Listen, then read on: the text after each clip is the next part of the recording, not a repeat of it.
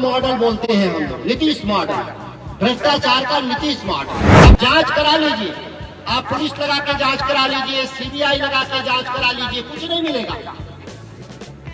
आप जानते हैं कि चोरी हुआ, लेकिन आप जांच करा के भी नहीं पकड़ सकते। भ्रष्टाचार का एक नेटवर्क पूरे बिहार में, जितना ही बड़ा अधिकारी, जितना ही बड़ा नेता, जितना ही सफेद कपड़ा पहन के घूम रहा होगा, उतना ही आपके साथ नाइंसाफी कर रहा है। मैं वोट मांगने आया भी नहीं, मैं जीवन में कहूंगा भी नहीं आपसे कि आप किसको वोट दीजिए, आपकी मर्जी जिस पार्टी को वोट दीजिए।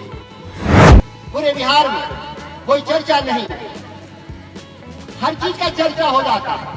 आंगनबाड़ी वालों की भी चर्चा हो जाती है, वहाँ आशा कार्यकर्ताओं की भी चर्चा हो जाती है। उद्योग चलाने वाले के लिए तो देश में सब लोग अडानी अंबानी के दीवाने हैं। तो सरकार को जो हम टैक्स भरते हैं, वो बिजली बिल भरते हैं, वो कैसे भरेंगे, इसकी चिंता बिहार की सरकार को नहीं। हमने कहा था कि चौथा कृषि रोड मैप क्यों बनाओगे, जब हमारा उत्पादन बढ़ा ही नहीं और किसानों की आमदनी बढ़ी ही नहीं। ये पैसा छोड़ दो, रहने दो राजकोष में, या सीधे किसानों को दे दो, लेकिन किसान को देंगे भी नहीं। आप जाते हैं फार्म इक्विपमेंट्स किसान से खरीदने, जो खेती के जो उपकरण है, जो जाते हैं ब्लॉक में खरीदने, तो जो बाजार में मिलता है दवाई छिड़कने वाली मशीन हो, या हमारे जो खेतों में चलने वाले यंत्र हो, बाजार में मिलता है 1 रुपए का, तो सरकार के द्वारा उसको दिया जाता है 1.5 रुपए में, और उसकी सब्सिडी खा जाते हैं।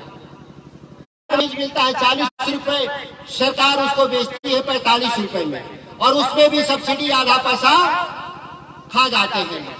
आधी सब्सिडी मिलती है बिहार की सरकार के द्वारा, किसानों तक नहीं पहुंचता। ये पूरा खेल है। नीतीश कुमार इसको मॉडल बोलते हैं हम लोग, नीतीश मॉडल, भ्रष्टाचार का नीतीश मॉडल। और इसमें आप कुछ भी नहीं बचा सकते। आप जांच करा लीजिए, आप पुलिस लगा के जांच करा लीजिए, सीबीआई लगा के जांच करा लीजिए, कुछ नहीं मिलेगा। आप जानते हैं कि चोरी हुआ, लेकिन आप जांच करा के भी नहीं पकड़ सकते। इस तरह से उन्होंने सत्ता संरक्षित जो भ्रष्टाचार का एक नेटवर्क पूरे बिहार में, जितना ही बड़ा अधिकारी, जितना ही बड़ा नेता, जितना ही सफेद कपड़ा पहन के घूम रहा होगा, उतना ही आपके साथ नाइंसाफी कर रहा है। आपके जनप्रतिनिधि है, मैं नहीं जानता कौन है मेरे यहाँ का, मैं नहीं जानता कि सांसद कौन है, मैं ये नहीं जानता कि बैठे हुए लोग किस पार्टी के हैं।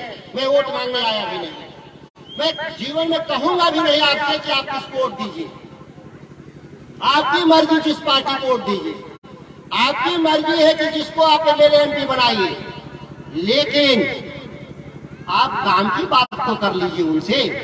भाई आपको वोट दे दिया, आप हमारी बात पार्लियामेंट में कितने दिन किसान के पक्ष में बोले, आप बिहार विधानसभा में किसानों के पक्ष में कितना दिन बोले।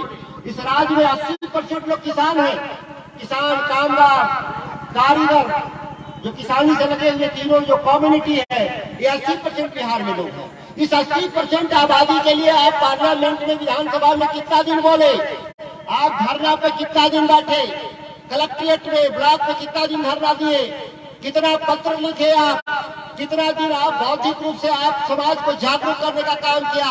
परिणाम सुनिएगा, वो हर जगह के मेरे लोग का हाल यही है।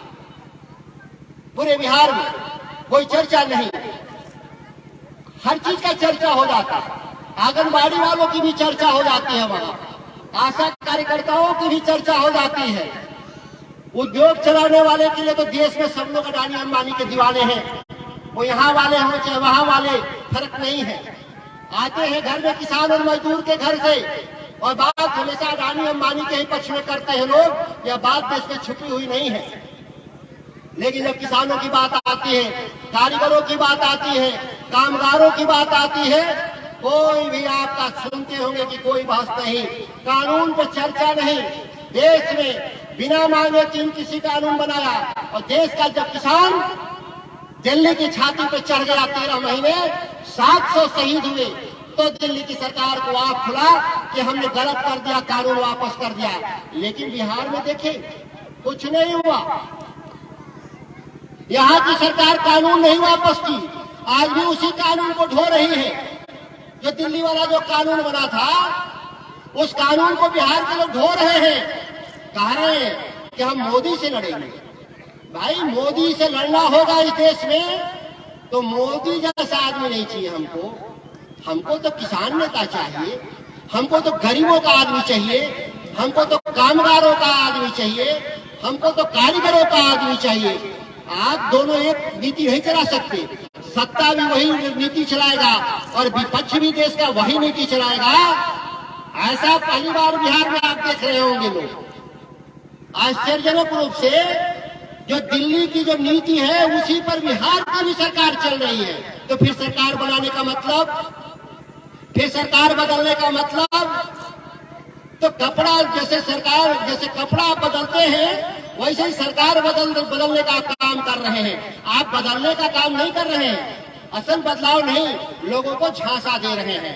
ये बिहार जो झांसे में पड़ा है, एक ये नारा भी था शायद पिछली बार लगा था, झांसे में नहीं आएंगे और नीतीश कुमार को जिताएंगे, नारा हमने देखा था। किस तरीके से झांसा देने वाले लोग ही कह रहे झांसा में नहीं आना। क्या नारा था? झांसे में नहीं आएंगे, नीतीश कुमार को जिताएंगे। झांसा जो दे रहा था वही कह रहा था झांसा में नहीं आना, और झांसे में लोग आए, बिहार के लोग जिता दिया उन्होंने। आज क्या हालत है, कोई छुपा हुआ नहीं पूरे बिहार का। बाकी विषय पर तो इसलिए नहीं बोलता हूं, शिक्षा पर, स्वास्थ्य पर, कि पहले एक ही बात तो मुद्दा तय हो जाए। अगर हमारी आज खेती सुधर जाए, मंडी कानून बन जाए, हमारे मल्टीपल एजेंसी लागू हो जाए मिनिमम सपोर्ट प्राइस पर, तो बाकी चीजें हम लोग स्वतः सुलझा लेंगे। हमारे किसानों की आमदनी बढ़ेगी तो हम बच्चे को सरकार में नहीं पढ़ाएगा तो प्राइवेट में भी पढ़ा लेंगे। बिहार की सरकार यहाँ नहीं एडमिशन लेगी तो आप बच्चे को राज्य के बाहर भेज देंगे।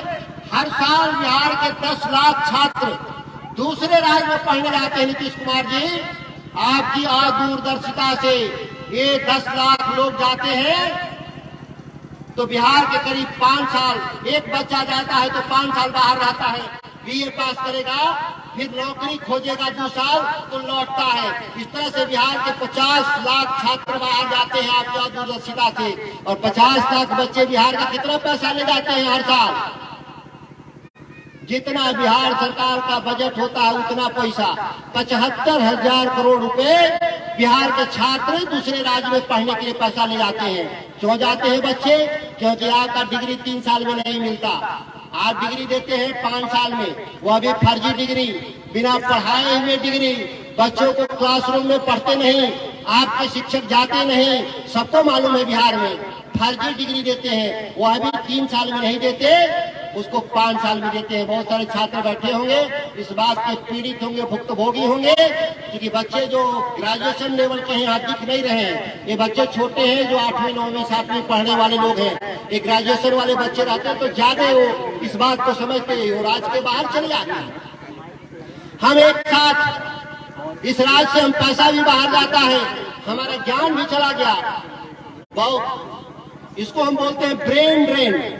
हमारी बुद्धिजीविता भी जाती है और हमारी जीविका भी जाती है और पैसे भी बाहर चले जाते हैं, ये गरीब राज्य के बाहर। तो नीतीश कुमार जी, जो आप पूरे बिहार को जिस गर्त में आप धकेल चुके हैं, मुझे तो नहीं लगता है कि इसे चला चली की बेरा, राजनीति में 17 साल आप रहे, अब ये चला चली की बेरा में जितना जल्दी सत्ता का हस्तांतरण करिए नौजवानों के हाथ में, कि बिहार को बदलने की मुहिम अब से भी कम से कम हम शुरू कर सकें, तो आने वाले वक्त में हम बिहार को फिर हम सिरमौर बनाएंगे।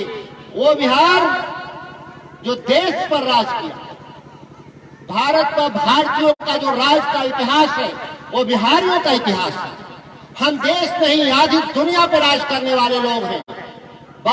हम केवल सांस्कृतिक रूप से नहीं हम आधी दुनिया पर राज करते थे, हम राजनीतिक तौर पर भी हम दुनिया पर राज करते थे। नंद वंश से लेकर कैमूर वंश से लेकर गुप्त वंश, जितने भी शासन वो पाटलिपुत्र बिहार की धरती से आज उस राज्य के लोग दर दर की भटक रहे हैं। उसके लिए कोई दोष नहीं है कि सत्ता में बैठे हुए राजनेता। हम इन्हीं चंद शब्दों के साथ, मौसम आज खराब रहा, मैं स्वयं देर से आया और जाना भी लंबा है और आपको भी कई गांव से दूर दराज से आए हुए हैं। हम इन चंद शब्दों के साथ अपनी वाणी को विराम देते हैं। जय हिंद।